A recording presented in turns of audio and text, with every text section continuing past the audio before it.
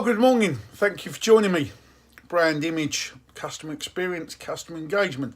Now, some of you know the new business window on the world. Well, on Instagram, it's window on your business world. But I've put some posts up recently that basically we need to talk about. Now, hence the slightly longer video.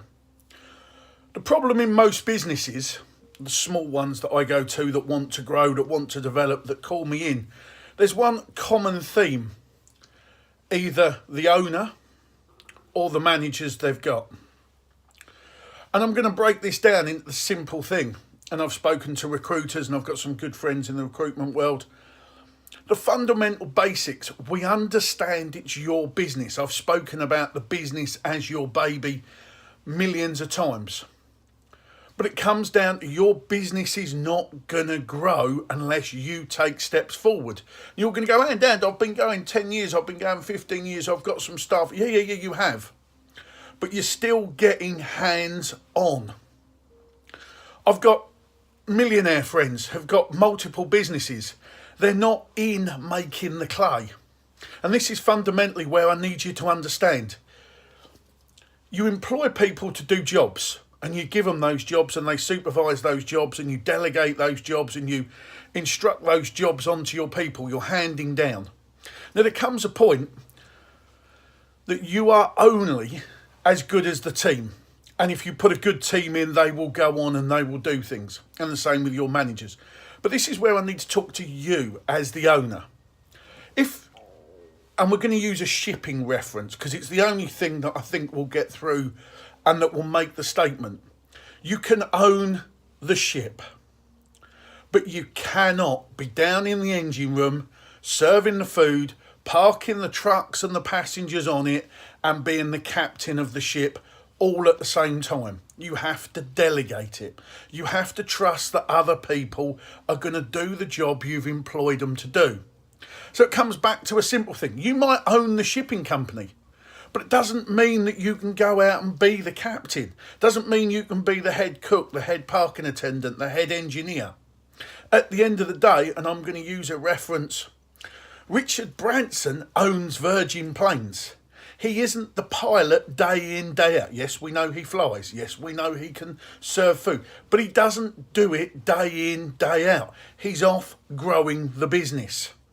So, yeah, they are big scales, but what I'm trying to get at with you and your business, if you've got a team of staff, understand what that team of staff do. Nobody is going to live up to being you. You know, you look in the mirror, I will do this, I will work 15 hours a day. They won't. But you shouldn't be giving them 15 hours worth of work. They should be doing their job because that's what they're employed to do. So understand, whether it's a venue, whether it's a spa, whether it's a retail shop, your staff are going to do the job you tell them to do in the manner in which you treat them. So that's the bit you need to understand, the manner in which you treat them. But I also need to understand that if you are micromanaging, you are over their shoulder all the time, they're going to get complacent and they're going to get fed up. So it comes back to a very simple thing. You are meant to be owning the business, managing the business. Simple. So managing the business is lots of faculties to it. Finance, parts, stock, lighting, heating, bills, wages, all the rest of it. The staff doing their job is the staff doing their job. There comes a point that you have to take a step back and go, right, I need a chain of command. I need somebody to come in and do the job. And I've spoken to recruiters, and this is the one thing that they come back. And their comment was, and we've got clients, businesses that want the perfect candidate to drop in and do that job. Problem being, the bosses don't know what that job is. It's a bit of this, it's a bit of that, it's a bit... They said, we've got perfect candidates for what they tell us the job is. The candidates go in there and they're out within a couple of weeks. Why? Because it's not the job that they advertised. It's a bit of this, it's a bit of that.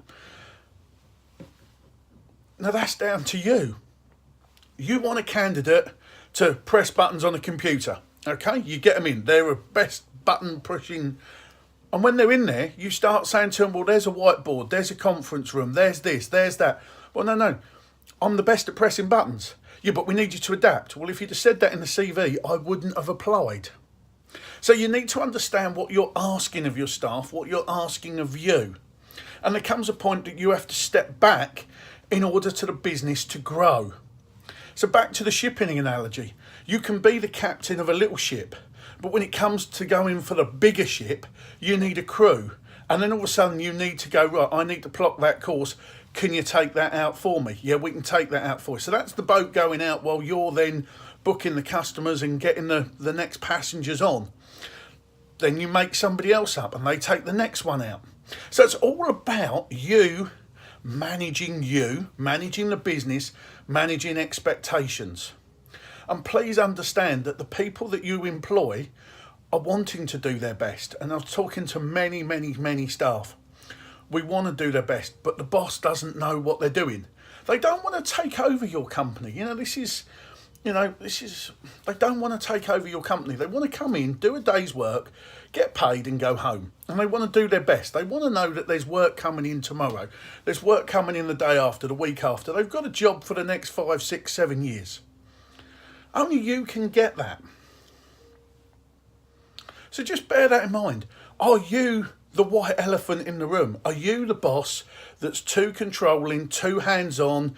You've got sleepless nights because you haven't let go. And it still comes back to the business is your baby. We get that. But as your baby and as your child grows up, you send it to nursery.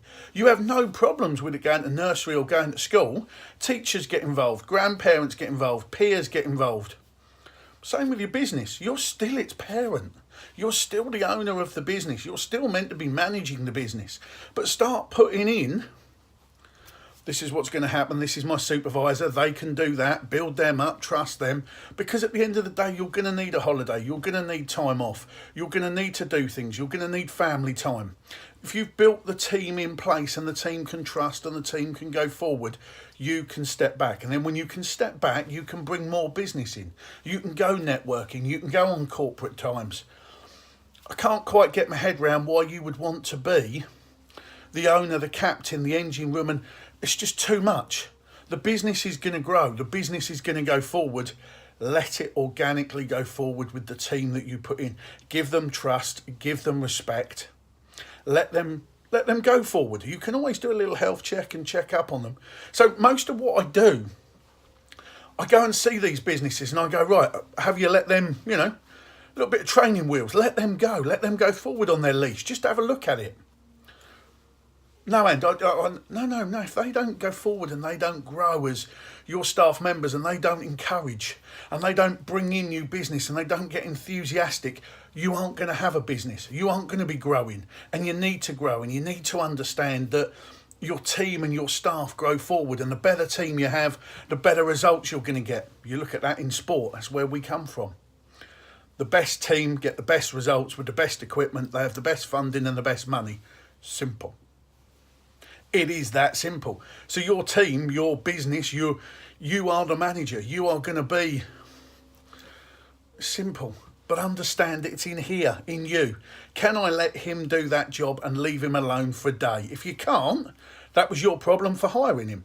If you can't because he doesn't know what he's doing, that was your problem for not training him. If you haven't trained him and you haven't coached him and you haven't given him the right ideas, he can't do the job you want him to. Or are you changing the job every 5 minutes?